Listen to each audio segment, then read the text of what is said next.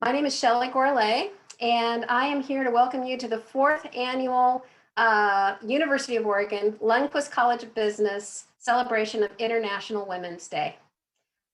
Today, we are launching the first in a series of 4 quarterly panels focusing on unleashing the power of women. And our focus today is sports product by women for women. This continuing series is brought to you as a collaboration between the Oregon MBA program in Eugene and specifically the Warsaw Sports Marketing Center in Eugene and the Sports Product Management program. We're both graduate programs in the College of Business. I mentioned my name is Shelley Gourlay. I'm the director of the Sports Product Management program. Today, our excellent questions are brought to us through student moderators. So we have and a group of students in the Sports Product Management program. The Women's Club of the Sports Product Management program has developed the questions for us today, and we're really excited to have those. To get started, I'd like to introduce you to our student moderators. So first, Sammy Polanco will soon graduate from the Oregon MBA, specializing in sports business. Sammy, can you tell us a little bit about yourself? Happy International Women's Day, everyone. My name is Sammy Polanco. I'm a second-year MBA student at the University of Oregon, specializing in sports business through the Warsaw Sports Marketing Center. I'm originally from Galt, California, NorCal, and went to UC Irvine for undergrad. After I graduate in June, I hope to work in the intersection of athlete marketing, brand, and culture to elevate the visibility of women in sports. Thank you so much, Sammy. It's such a pleasure to have you here. And Sofia Ramirez Maciel, can you introduce yourself and tell us what your plans are? Of course. Hello, everyone. Thank you, everyone, for being here. I'm really honored to be one of your moderators today. I was born and raised in Mexico. I have always been very passionate about sports. I was a track athlete in college, and I graduated with a marketing degree. And I also have some background experience in digital and brand marketing. And as Shelley mentioned, I'm super excited to be part of the graduating SPM class this next Monday. And I'm just ready to pursue a career in marketing within the sports product industry. I'm super passionate about women in sports and how we can advocate for women in the future. So I'm really excited to talk to these amazing women and about their journeys and just learn from them. Yeah. I think so now we're just gonna go ahead and get started with the panelists. We're gonna transition to their introduction. So Sasha, would you mind going first and just tell us a little bit more about your current position and a little bit about your journey and how you got to where you are today? Yeah, thanks, Sofia. Thank you, everyone, for being here today, and thank you for the opportunity to be on the panel. As Sofia said, my name is Sasha Chaplin. I am currently an associate product line manager at Under Armour in the recovery footwear space.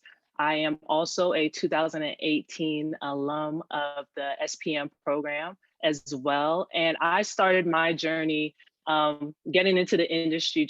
I was a collegiate basketball player, played at Indiana for 6 years, and just my passion of footwear, loving sneakers, loving all the products that I was able to play in as a young girl, but also wanted to make an impact on those who are playing their respective sports. So for me, I wanted to get back into the sports industry, not necessarily being an athlete, but still being able to contribute to those athletes in their respective sports. So started off in that category, started off in that career from college, and then made my way to the SPM program, as well as interning at Under Armour while I was in the program, and then started off in Baltimore and currently reside in Portland, Oregon, and working out of that office. So that's kind of how my career has been. I've gotten a lot of experience within the Under Armour footwear organization and different categories. And hopefully in this discussion, you'll be able to hear me talk about some of the products that I've worked on.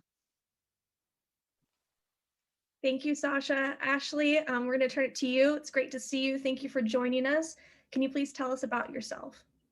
Sure, thanks, Sam, and thanks for having me on the panel here. I'm very excited to be here with Sasha and Jennifer to help represent women in sports products on International Women's Day. So a little bit about my past. I'm actually from the South. I grew up across a couple different states, Georgia, North Carolina, Texas, Louisiana, and landed on going to UNC and playing volleyball there. And when I graduated, I actually started out in finance and strategy, working at IBM. Quickly realized that I wanted to get back into the sports industry and pursue my passion behind sports. And I was fortunate enough to get an interview and a job at Nike. And so I started out at Nike in mergers and acquisitions and working on finance strategy there, and then knew I wanted to shift into marketing. So I got a finance role in sports marketing, handling all the athlete contracts in the US, which was really fun and stressful at the same time. From there, I knew that I wanted to switch even further into marketing, opportunity to go back and get my graduate degree at Warsaw. And so I left Nike, went and pursued that. And then coming out of grad school, I worked down at IMG in California for a couple of years on NBA sponsorships, and then switched back to the brand side and went to work for Quicksilver and DC Shoes in Huntington Beach as their global product marketing director. And then was fortunate enough to get recruited by Adidas to come up here to get my dream job, heading up running marketing for North America. And then 4 years ago, switched over to women's marketing for North America. So that's currently what I do now. I handle women's marketing and planning across our North America geo for Adidas. Thank you, Ashley. And then last but not least, Jennifer, thank you so much for joining us today. Can you introduce yourself and just share a little overview of your journey with us? Pleasure to be here amongst all you amazing women. Thank you, and happy International Women's Day. Very exciting. I've had the pleasure of being with the program from the inception when Ellen was asking brands in what I consider the Silicon Valley of activewear here in Portland, Oregon, and asking what us brands are looking for in order to put the program together. And so I have been here from the beginning, and I've worked with such amazing people along the way. I have been able to mentor some women along the way. I currently have 3 in the program, which is super exciting. 2 are graduating soon. And can't say enough about the program. And Handful's been kind of the small dog in the program where people can come out of the program launching a company like Handful. And I taught myself baptism by fire, what SPM does such an amazing job teaching students in 18 months. And so really love the program, excited to have been here from the beginning and get to be here today. My story, I am actually from Montana, where I say there's 3 times more sheep than people. And so if you had a pulse, they wanted you on the team, they wanted you for everything. And so I just grew up, people meet me and say, oh, I didn't know you were so short. And I said, oh, I got to play basketball and volleyball and soccer and be on the math competition. And so I really didn't grow up with boundaries or pronouns. I mean, if you had a pulse, you were included. And so I think that was part of my mentality of grab life by the handful. It's an attitude that we celebrate. And I was frustrated growing up that I had to sacrifice fashion and function and feel. And I was always changing all day long with my different activities. And so after searching in vain, decided to launch what I'd been looking for, and come to find out other people looking for, which we now refer to as the Handful High Five, which are the F words we swear by: fashion, function, feel, fun, and fight against breast cancer. So our base layer is pocketed, optional modesty padding. We all wear the same thing that 1 in 8 women still getting diagnosed with breast cancer can wear as well. And now we've launched 2 active wear that you can wear from wake up to worn out. So thanks for having us here, and really appreciate the opportunity. Thank you, Jennifer. Love the story. Let's get to the questions. My first question is for Sasha. What was it like to work on Under Armour's first ever women's basketball shoe? What were the hardest and most rewarding parts of this project? Yeah, so to work on Under Armour's first women's specific basketball shoe is the UA Hover Breakthrough. It was a great experience. As I stated before, I was a collegiate basketball player.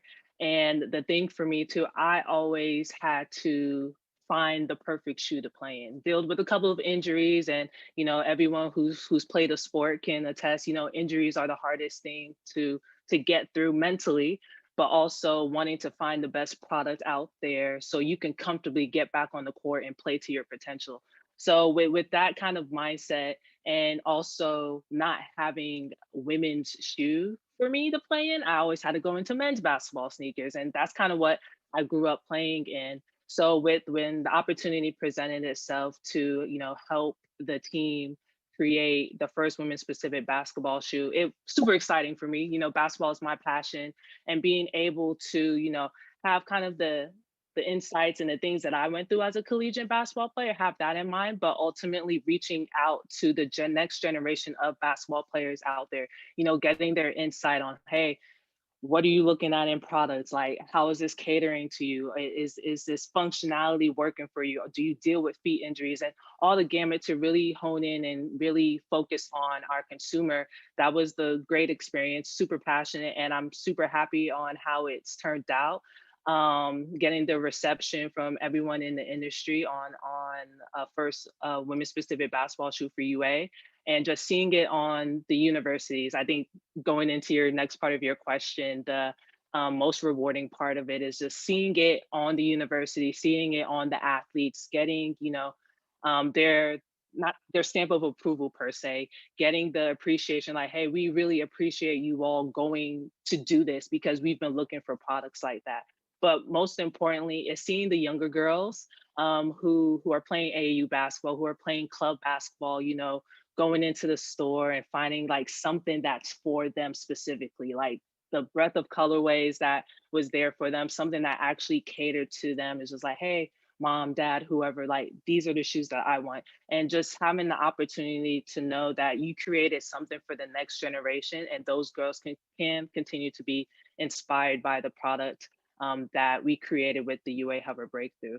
The most challenging part of it, I would say, is just with anything with working in product is really getting everyone to stand behind it. It wasn't necessarily challenging on that standpoint, but really getting the storytelling and an authentic perspective to really come through from the inception of the product idea all the way out to the marketplace. And I think the team did an amazing job. Don't know if they're watching today, but shout out to everyone who worked on the UA Hover Breakthrough. It was a great team effort, and love the success of it, and happy to see where the next iteration for the years to come goes with the product. That sounds just like an amazing project to work on. Really, congratulations on that. This next question is for Ashley. So we would really love to know, what has been your role in moving women forward through consumer-facing marketing on the brand side in your time at Adidas? Yeah, thank you for that question. Actually, I've been super fortunate because I was one of the first females in the NAM organization to have women's in the title. So typically in the past, we've had the category structure, and within the categories, we've always had a focus on women's, but we never were looking at it holistically across the brand. And so I was fortunate enough to get that role and really start partnering with our global women's team to look at how we're speaking to our consumer consistently across the brand, and what our strategy should be to partner with her as we move forward as a brand.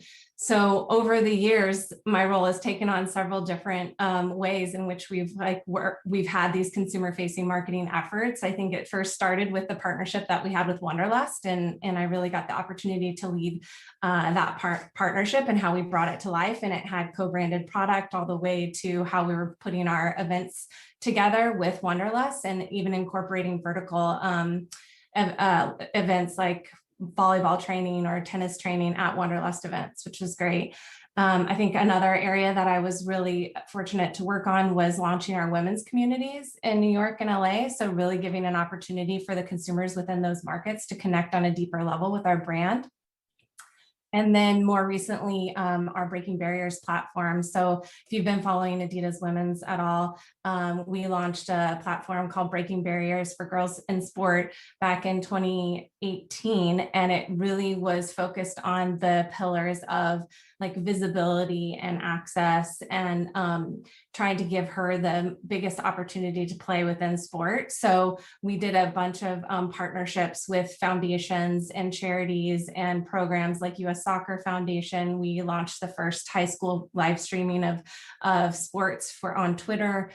We've partnered with charities like Girls on the Run, and trying to really start breaking down those barriers that keep girls out of sport or have them dropping out of sport at 2 times the rate of boys. And then even more recently, I would say I'm doing a lot of work similar to what Sasha just spoke about, which is connecting with our vertical categories on innovations for her. So how are we creating product to help her play her sport at a higher degree? And those areas that we didn't really think of in the past, whether it be hijabs for her, or modest swimwear, or Afro swim caps or whatnot. How are we making sure that we're continuing to develop and products for her? Thank you, Ashley. I love hearing what Adidas is doing with breaking barriers. It's so important to see a brand taking such a large stand in the sports space, especially when elevating women. My next question is for Jennifer. Jennifer, in an industry full of men, what does it feel like to be a female founder and CEO? Why do you think there are so few women in your position? It's interesting when I get that question, because I predominantly work with women. And so I just kind of assume everyone else does as well. And I think one of the best ways to answer that, I have heard the phrase, if you can see it, you can be it. Or if you can't see it, you can't be it. And so kind of back in the day, and I don't know if it was because, we just had, we weren't on these as much, and you just didn't see it as much, I think. And so I remember, I mentioned playing basketball, and so it's so great with Sasha working with basketball. My original role model was Cheryl Miller. I just my best friend and I grew up playing basketball, and so she was the person that we followed. And now the list is so long, and I don't know if it's because I just have more access. Early in the pandemic, with Spanx, they were offering that I think they donated $5 million to female entrepreneurs that I think they each gave $5,000, which is what Sarah started with her red backpack. And so I now can see a lot more of these women, and Missy Parks from Title IX, which is Title IX. Many of you are probably familiar with. My parents fought for Title IX, which was gym space for women. And now that's kind of one of the OG women's activewear company, Title IX, and Handful is carried by Title IX. And to hear Missy's stories where her first catalog went out and pictures were upside down, and she still got it out there. And it's kind of the FFTs. Brene Brown talks about the effing first times. We all have to go through those, and we get better as we do them more often. And I'm also, I heard the statistic that only 14% of global fashion brands were led, and I was surprised by that. And so it might be that it's less of global right now, and yet I'm finding so many women are becoming their own brand, and they're on social media. One of our influencers, we call them our ambassadors.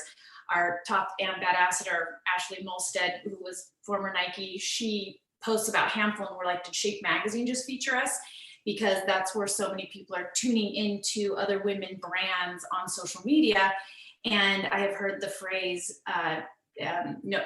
compare and despair is a negative thing of social media. And I'm really hoping that more people are tuning into the positivity of these ambassadors that are talking, self-love, body positivity, and being good role models, and then sharing about brands that they love. And so it's really a way for more women, I think, to be their own CEO of their own brand. And so there's the larger companies, and yet a lot of people are inventing themselves. Andia Winslow, she is a voice. Everyone's probably heard her voice, and she on Instagram the other day was doing a little Instagram live, and I tuned in, and then I Venmo'd her. And that's what we're all doing, is people are offering things, whether it be a workout or an education, and then we're Venmoing, and so people can create their own businesses and be their own CEO of their own brand, which I think is really awesome. And I used some of her tools today. I'll never be a professional voice, but I'm speaking today, and she said, no caffeine and no milk and no sugar. And I thought, oh, so, you know, I'll start that a little bit later in the day. So just all the great ways that women are pioneering. And so I'm hoping the more that, you know, we are seeing it, then more people will be it, and those statistics will keep climbing. Yeah, I definitely agree. And for us as people just going into the industry, seeing women like you just paving the path, it's just amazing. So thank you for that. Sasha, what positive moves have you seen the industry implement culturally to change in areas of equity and inclusion? Yeah, no, great question. And to kind of piggyback off of what Jennifer mentioned, like if you see it, you can be it. If you don't see it, you can't be it.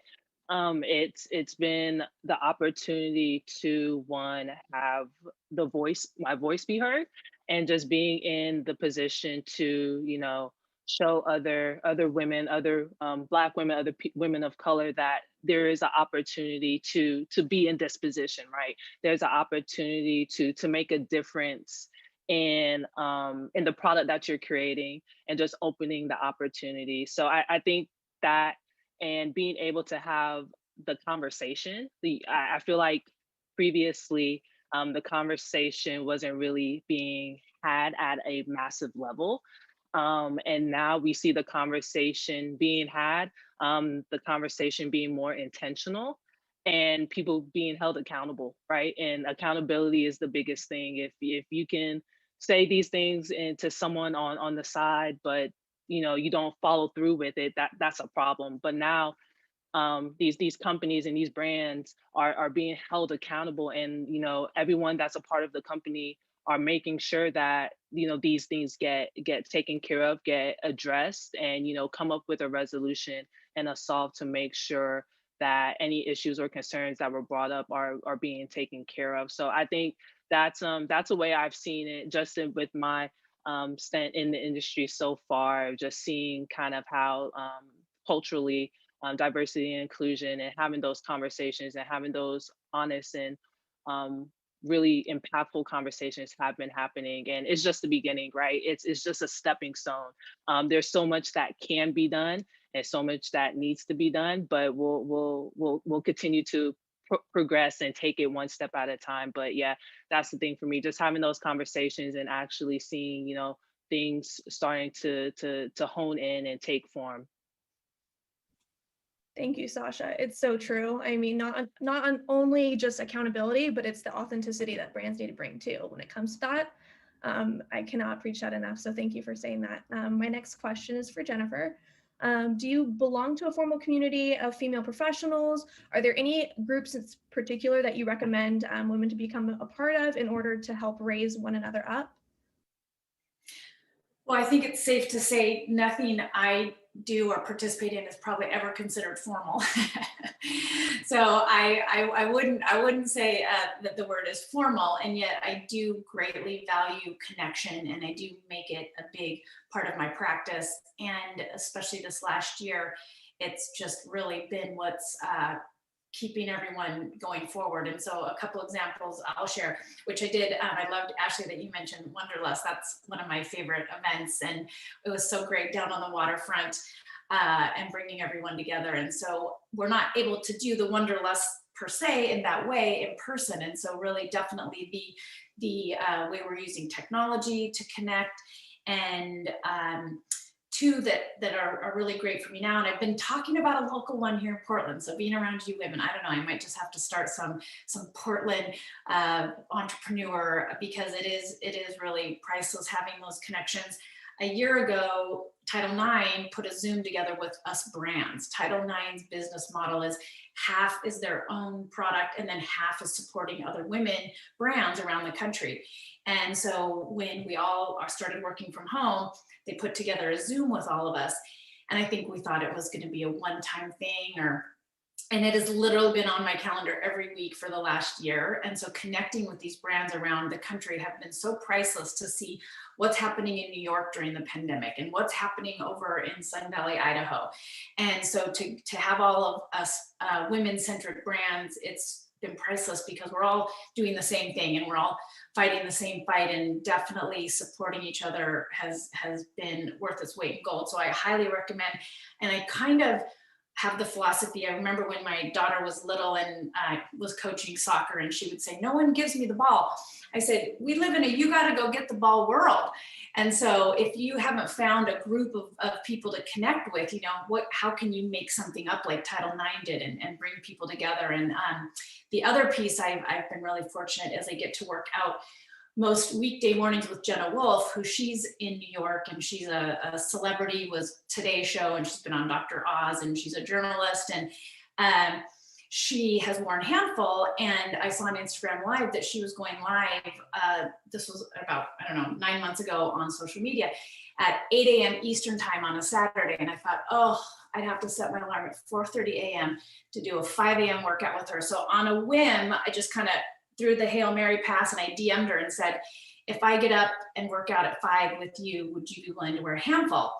And I didn't even expect her to respond. And she responded, sure, if you'll get up at that hour, because even though she's a celebrity, I think she's wondering who's going to tune into my, you know, and so I really love women putting themselves out there, of course, pivoting, using the digital space to connect. And then she kind of mentioned, you know, if you ever want to join my morning workouts. And I said, yeah, how about tomorrow? And then the next day, and then the next day. And so she let me kind of sneak in once, and the next morning I'm sitting there waiting to join. And she said, oh, I didn't know you wanted to join. And so it's that you got to go get the ball world, is you've got to reach out to people, ask them to support you. How can you support them? How can people hook arms? I definitely subscribe to Together We're So Much Stronger. And then I can find out, how can I support Jenna? She's now, people are hiring her around the world to do these workouts virtually. And so to be able to promote to my community that she's available, and then she's wearing Handful, such a win-win. So I can't say enough of the importance that I recommend women finding their group. And if you don't feel like you've been invited, you know, you've got to pick up that phone yourself and ask and let people know how they can support you, and vice versa. So I love that question. And yeah, that's definitely the top of the list, especially this last year, is connect, stay connected. Yeah, thank you for that. That's great advice. My next question is for Ashley. Have you ever experienced pushback when trying to challenge the status quo in an organization, and how do you respond in that situation? Yeah, I think that's actually a great question for everyone. I don't think it just pertains to women, to be honest. I feel like everyone should be trying to challenge something that either is like the way it's always been done, or something that isn't necessarily working properly. So it doesn't really matter the topic, but I do think it's important that when you are doing something like that, when you are challenging the status quo, or you're putting your point of view forward on something, that you come in a very buttoned up fashion. So you've looked into the insights, you've looked into facts, you've gathered feedback from your team, from cross-category or cross-functional partners, to make sure that they're weighing in on your idea and actually collaborating with you and helping you along the way. Because when you have the support of others along the team, then it's that much easier to get your point of view across, or to be able to challenge the status quo. I also think one piece of advice that I've gotten a lot on speaking up and presenting your point of view is knowing your audience. And I think that's super valuable and important, especially in a large corporation like Adidas, where you might be presenting to cross-functional team members a point of view on something, and you want to get their buy-in, or if you are presenting to a senior leadership team and you know that they just want the quick facts as fast as possible, and how can you sell it in the easiest way, in the easiest fashion possible. So I think that is what I would say. Don't be afraid to stand up and state your point of view, because what is the worst thing that they can do is just say no. So it's always good to put your foot forward and present your ideas, because you never know which direction it could go. So. Thank you, Ashley. That was a great response. It's definitely something that we can learn from. We're now going to open up questions to just generally for the entire panel. My first question for everyone is, what's the best piece of advice you've ever received? Or what advice would you like to give your younger self? I'm happy to jump in on that one. And I think maybe we're all jumping in. When I thought of it, the amount of advice has been so amazing. I thought, where do I begin? And then it just jumped out. Definitely never let a good crisis go to waste. So I think that was Winston Churchill in like World War II when that was first said. And yet one of our advisors, Morale, who's part of OSA, the Oregon Sports Angels, he reminds us that on a regular basis. And it is really amazing how many opportunities there are. So never let a good crisis go to waste, and how to definitely use that crisis and, fail fast and keep going forward.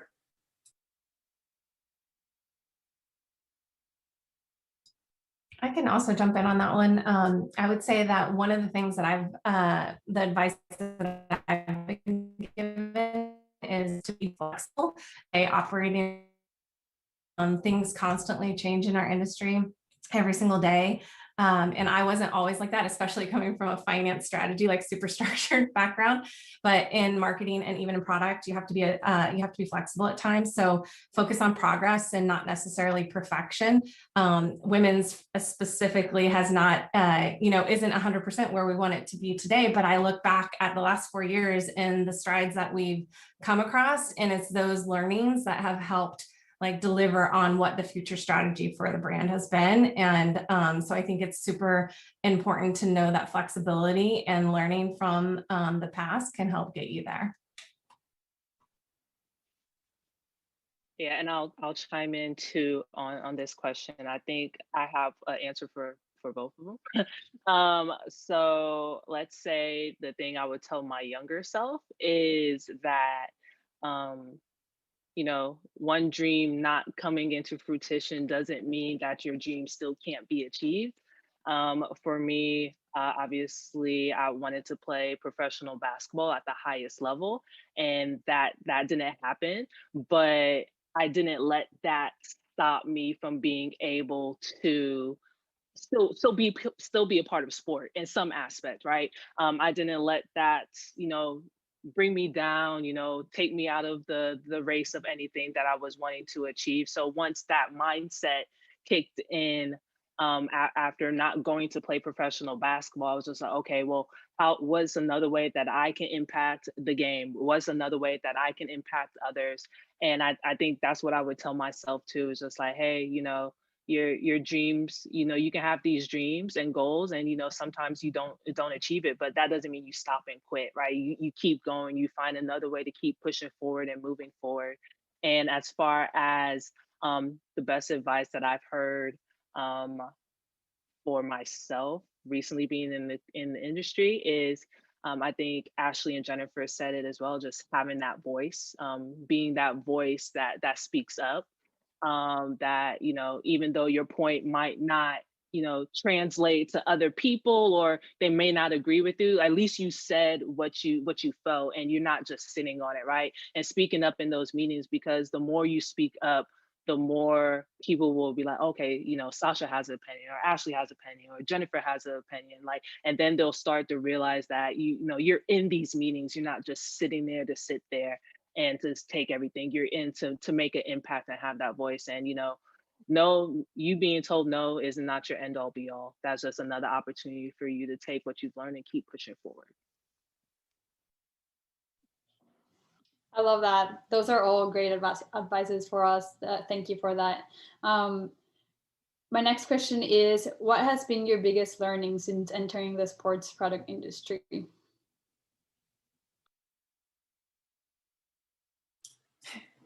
We're so used to being linear.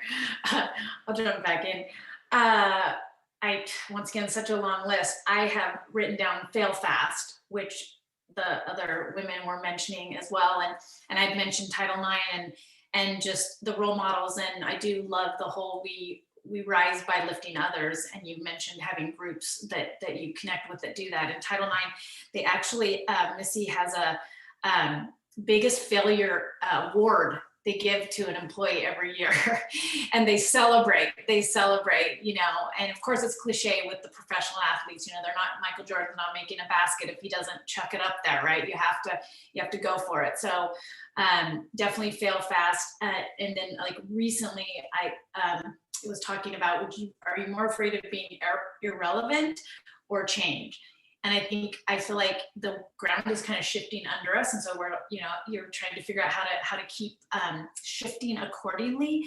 And it can seem scary. And yet I think, you know, being irrelevant is more scary. So how can we continue to shift accordingly? And the final piece on that is smooth seas do not make for a strong sailor. So we're all becoming such strong sailors. And so I have to remind myself that as the seas can seem rocky at times. That's great, Jennifer. I actually am going to build on something Sasha said earlier in terms of the biggest learning on entering the sports industry. I think it's about using your community, and whether it's a community that you have internally or your community of influencers or athletes, those are the ones that you. Even though I have this position at Adidas, it's the people around me, and it's the people that are on my sports marketing team and the people who are the influencers that I work with. The most, I think, successful times that I've had when I look back on my career, when we've gotten them all together and we've been able to like really truly listen to what they want from us as a brand and where we should take women's moving forward. So I think that is the one thing that I would say is make sure you're building it with your community when you're moving forward. Yeah, no, that's good, Ashley and Jennifer. And I think for me, the biggest thing I've learned being in the industry is being able to bring other people along, you know, just giving the opportunity for others to be to get their foot in the door or to get to a similar position that you're in. I think we've all experienced it. We have people reach out all the time. And they're just like, hey, you know, what's the best way I can go about this? What's the best way I could go about that? And, you know, just being able to reach back out to them and to answer the questions. Yeah, it might be a little delayed part in the business, but at the same point, it's just being able to offer advice to anyone who's willing to, you know, reach out and put their neck out there to ask those questions, because it's pretty hard. Like I said before, you get a lot of no's. But there's always someone that will answer the question that you have and provide you with insight, and hopefully that can be your opportunity to, you know, build a relationship with them as far as networking in that standpoint, and just being able to help somebody else along in the process. So that's been the biggest thing for me in the industry, is just figuring out how I can make an impact other than myself. Like I want someone else to be better than I am, to do bigger and better things than I'm doing. So any way that I can, you know, help that person get to where they need to be, or just a foot into the door, is what I'm striving for. Thank you, everyone, for those responses. It's important that we are uplifting one another and hoping, you know, for the best, especially in this industry. My next question is a very heavy but a very important question. What keeps you up at night? Jennifer, I can jump in if you don't want to go first. I'm going to keep mine simple, but I think the lack of equity that we still have in women's sports, especially after working on breaking barriers so long, the fact that we still don't have equal product offerings, that we don't have equal access, we don't have equal athlete sponsorship and pay or visibility, and even organizational structures within our sporting industry. Those are things that I still continue to try and push on every single day in my position and outside my position as kind of a mentor, like Sasha said. Yeah. Yeah, I'll chime in here too. Ashley said the great point. I'm leaning towards that as well. Just seeing how we can continue to grow women in sports in general, right? Just seeing the growth of how the WNBA made an impact this summer on more than just playing basketball, their social impact, their impact with a lot of other things, and just seeing their viewership increase over the span of the summer, right?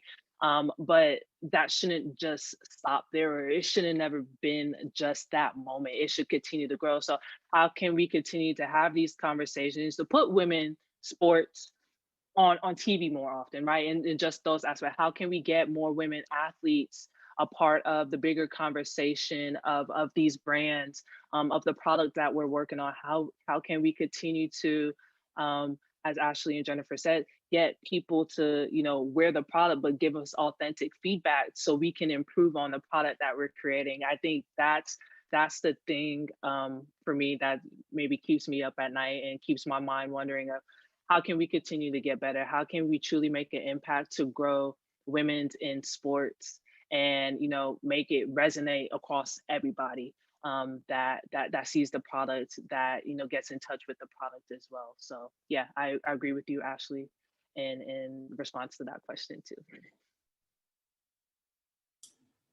Well, that's what I love about the different size of the companies is you all are thinking of the big picture, and so great that SPM has the women panel here so that more people can see it and be it, and it can continue to grow, and those numbers can start getting a little closer to what Title IX was fighting for a long time ago. For me, I'm so in the weeds as a smaller business that what's currently keeping me up right now is our massive shipping delays. So our spring shipment was supposed to, we were promoting it like mid-January. It was supposed to be here by February 1st, and it's just maddening how it sits in one spot and then you have to have an appointment. And so, our retailers, they've been extraordinarily patient, and our customers. So what keeps me up a lot of times are the very nitty gritty details in running a business. And then of course with COVID-19, the health and wellness of your loved ones, friends, family, and company. So definitely, as you said, heavy question, and those heavy things do weigh on my heart in those ways, and lots of kind of in the weeds details that then hopefully we'll get the bigger picture to seeing a lot more women, because I love that, Sasha, how you said you want it to be better for the next group. And I read that the most enlightened state to get to is that you wish for others what you wish for yourself. And I really think that women do that, at least the women I get to be around. And so high five, the more that you start seeing us and those numbers growing, the better world it's going to be. Yeah, and that kind of really leads us off to the last question that we have from us. You guys have all touched a little bit on this during the panel, but how are you advocating for the women that come after you? I'll jump in.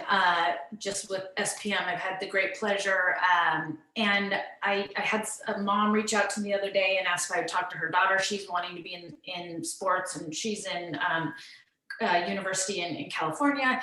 And I try and say yes as often as possible when people reach out and ask to hear my story. And it was perfect timing. I'm like, tune in on Monday and you're going to hear some, more panelists and more great opportunities. And hopefully, Shelley, you'll have to mention if this can be watched later as well, because hopefully it can live on. And when people reach out, we can say, well, tune in there. And if you have some more questions, let me know. But so many people, I don't know if it's just Portland, but I have had a lot of friends that have high positions, a lot of the really big companies in town, and they say, hey, can you talk to my friend? She's in town. And I say, I don't know if it's just Portland so generous. So many people have supported, a handful, and answered my questions and supported me. And if I can in turn around and share my story, and it's helpful for others.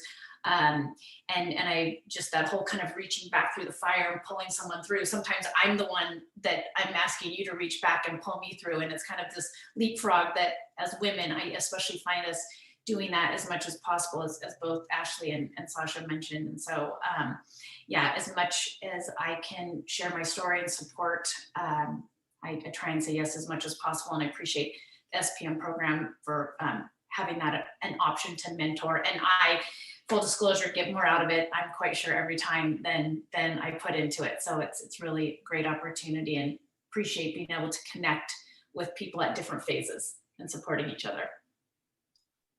I would second what Jennifer said. Even on the Warsaw Sports Marketing side, I've had the opportunity to give back a lot there, from either speaking to classes or with MBA candidates that have been coming through. I've had the opportunity to have a couple of the candidates do special projects for me, like research projects, even hired one of them. So, you know, I think there's been a lot of opportunity that was opened for me when I was going through the Warsaw program, and I'm advocate of the pay it forward mentality. So tried to do the same there. I also, we have a lot of great mentorship opportunities within Adidas, whether it's through Lean In circles or one-on-one Adidas mentorship programs that I participate in, as well as we have a partner called Up to Us Sports.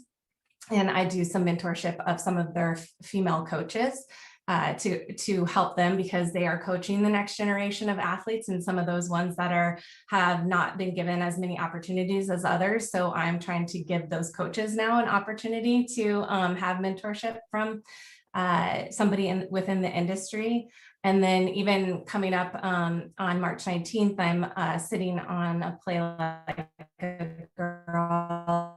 That the girls is on that day for International Women's Month, and being auctioned off to raise some money for some female sports foundations, so that I can do some one-on-one time with some individuals who are up and comers in the industry as well. Yeah, and obviously seconding and thirding everyone else has said as well. But for me, it's kind of the pay it forward situation that we've been speaking about all throughout this entire conversation. It's being able to, one, establish a community, and have people at different levels, different categories, different like product roles at that, and just being able to wholeheartedly and authentically pick their brain and get their feedback of like, hey, how are you, like, and honestly just checking in, really just really checking in and just being like, hey, how are you doing today? I'm struggling with this, can you help with this? Or do you have any insight of what's going on in let's say an apparel role or in another conversation? And as Ashley mentioned too, I also do mentorship out here in Portland.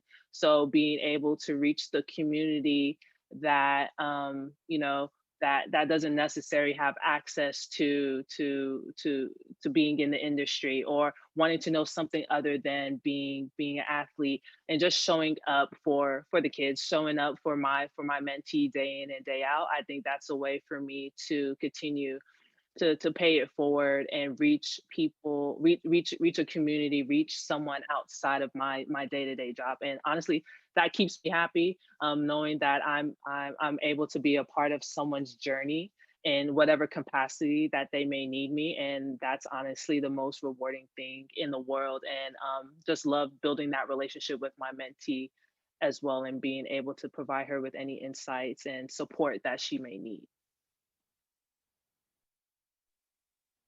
Wow, this is such a wonderful experience. And we have some wonderful participants on our live stream that have been sending some questions in. So for our panelists, I would just love for same format. I'm just gonna ask a question and have you each jump in, and if you have something you want to add to it. So the first question that we have is for someone who is asking, what is the best way for someone who's interested in following up with you or with other women in the industry? What is the best way for them to connect with you? How would you like to be contacted if you are? For me personally, email is good. You can DM me on social media. I'm not as good responding there. I have to be fully honest. LinkedIn is not a great place for me to connect. There's just so many channels that LinkedIn is more kind of a placeholder where I can find information and share information, but it's not where I personally am good at staying connected with the connections I have there. So if someone wants to reach me, feel free to share my email, or our client customer, she's usually on Instagram, so that's where I am typically at. So if people can DM Handful there, and that can get to me as well.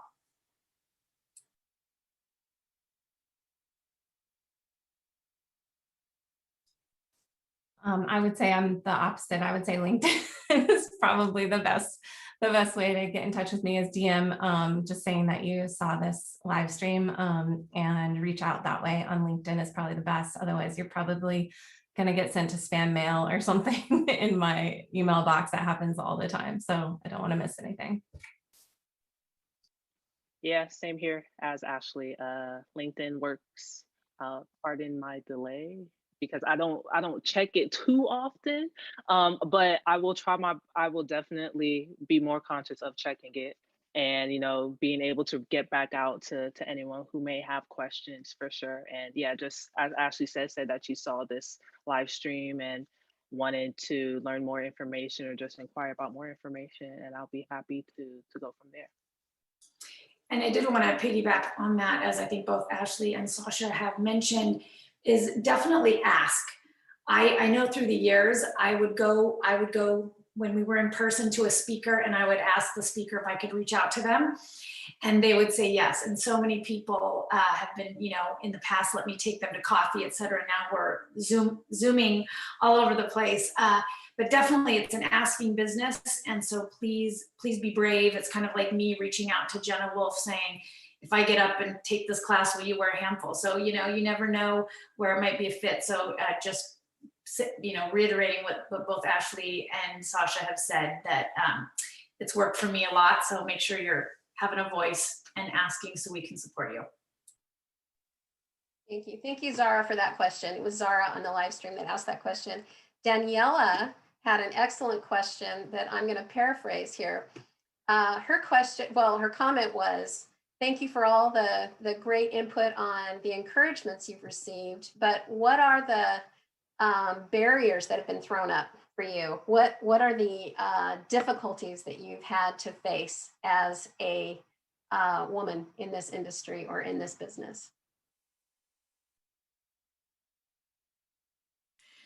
Okay, I think that's a whole Zoom in and of itself. We're all like, how much time do you have?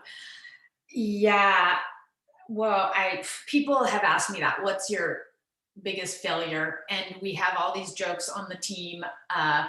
One time we had to get financials to a bank, and we accidentally did a reply all to stall to the banker, and it went to the banker. We're like, stall. We were out of our #1 selling size, and we accidentally superimposed the number, and a different size showed up that we made versus what we were wanting. That was huge. And our final thing, we attempted to be made in the USA, and that was challenging, not only from a cost, but a quality and a quantity. And so that's what I have so much hope with Portland, with so many creative people and all the, is making it cool for young people to get into this industry and really to craft, so that we can keep improving and have more options locally, so that we can, be the change you want to see in the world. If we're going to hire more people, more women, we have to be able to grow our businesses. And so definitely just being brave through those failures, because they're definitely on the regular. Expect them. I'll add to that, Jennifer. I'd say one of the things that I was in a meeting or a conference with Billie Jean King once, and she said failure is feedback. And that's something that always stuck with me. I think that especially as a woman, you should take into account when you are told, like Sasha said, no, you just keep pushing, and it just tells you like a different direction you should be going, or a different way that you should be pushing. I mean, early on as a female in the industry, this is obviously 20 years ago, so it's gotten a lot better. But I remember one of the jobs that I got for one of my first jobs in the sport industry, I had the hiring manager had to go in front of an HR panel to justify hiring me over a guy who had complained that there was no way that I possibly could have more information or do the job better than him. So I have had a situation like that. I've also had a leader once tell me I needed to think more like a guy, which again, I do not think is good feedback, because what makes me a great marketer is my empathy and connection to the consumers, which I think is part of also being a female leader. So I would say that those are some of the lessons that I've had over the years about being a female in this space. Yeah, and for me, I think it's showing up, right? Because, and I'll speak personally for me, I don't see many women of color in my position, and in the product line management position at that. So continuing to stay encouraged in the space of everything, you know, working on amazing product and working along with my amazing team. But at the same point, there are days where I'm looking around and I'm just like, okay, where's someone that looks like me that can relate to like everything that I may be going through or want to bounce an idea off of? Where's that person in where I'm working, in my workspace, right? So I think that's been the thing, the barrier that I've had to deal with was, you know, yeah, being one of the few in the industry, in the position that I'm in, but also how can I continue to advocate for other people as well? So let's say another person who looks like me wants to get into a position like that. How can I be a door opener for that person so they don't have to deal with what I'm dealing with to the extent that I've dealt with it? So like everyone have said before, it's just like, how can you help someone else along? Yeah, that's my own personal barrier that I've had to deal with and, you know, dealing with. But at the same point, I want to make it better for another person who's coming along behind me. So I'm dealing with it and growing with it and finding out a way to make it better. So when the next person comes along, they won't necessarily have to deal with all that I've dealt with, because I've gone through it for them. So, you know, it lessens the burden upon them when they get to the position. Wow, very important. Thank you so much. Okay, I need to thank a lot of people, but I'm going to ask one last question and ask each of you to just give a quick answer. Jeff on the live stream wants to know what unmet needs are out there for women right now in terms of product. Quickly. Product, what? Say that question again. What unmet needs are there for women in terms of product? What do each of you wish you saw in terms of product in the industry right now? Well, I think we'll probably all pitch our own products. That's why Handful exists, is you know, having products so you know that are versatile. And this is the new uniform. I mean, all of our brands are the uniform of, I mean, I've always said, if I can't wear a Handful, I mean, don't even invite me. I mean, I'll put on a pair of nice shoes and a jacket, maybe roller skates, I don't know. So yeah, I think all of our brands, but I know you've all mentioned the importance of talking to our influencers and getting feedback, and we'll continue to do that. I think that's a really great question. And honestly, I probably don't have the best answer for it, but after working on breaking barriers for a long time, I've seen a lack of female athlete product for the younger age groups, like 8 to 14, especially as they're hitting puberty. And I feel like as brands, we need to focus more on that area and really help those girls through that time so that they have the tools and equipment that they need to help them get through and not drop out of sport. So that's one thing that I would say.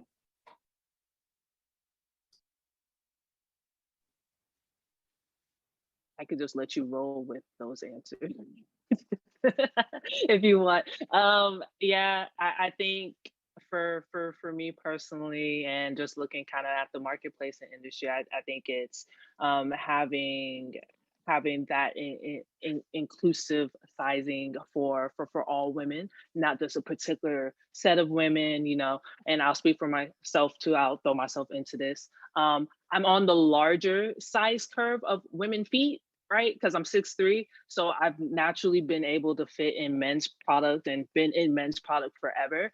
But I know there's women's stuff out there that I would love to be in, but since it stops at 12, it's kind of like I'm excluded from that, and vice versa with kind of the women who have smaller feet as well. Like they're excluded from a lot of like awesome products that in footwear that they would love to be a part of, but they can't. So it's just like, how can we figure out a way to make it inclusive across all of the size ranges, the diversity of women, because all of us are different. All of us are very unique in our own way. That makes us really, really special and awesome. So that's what I think we're missing in that product space.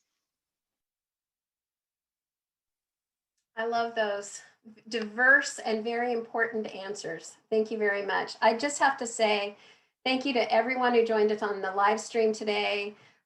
Thank you to our panelists, Ashley and Jennifer and Sasha. Thank you to our amazing students.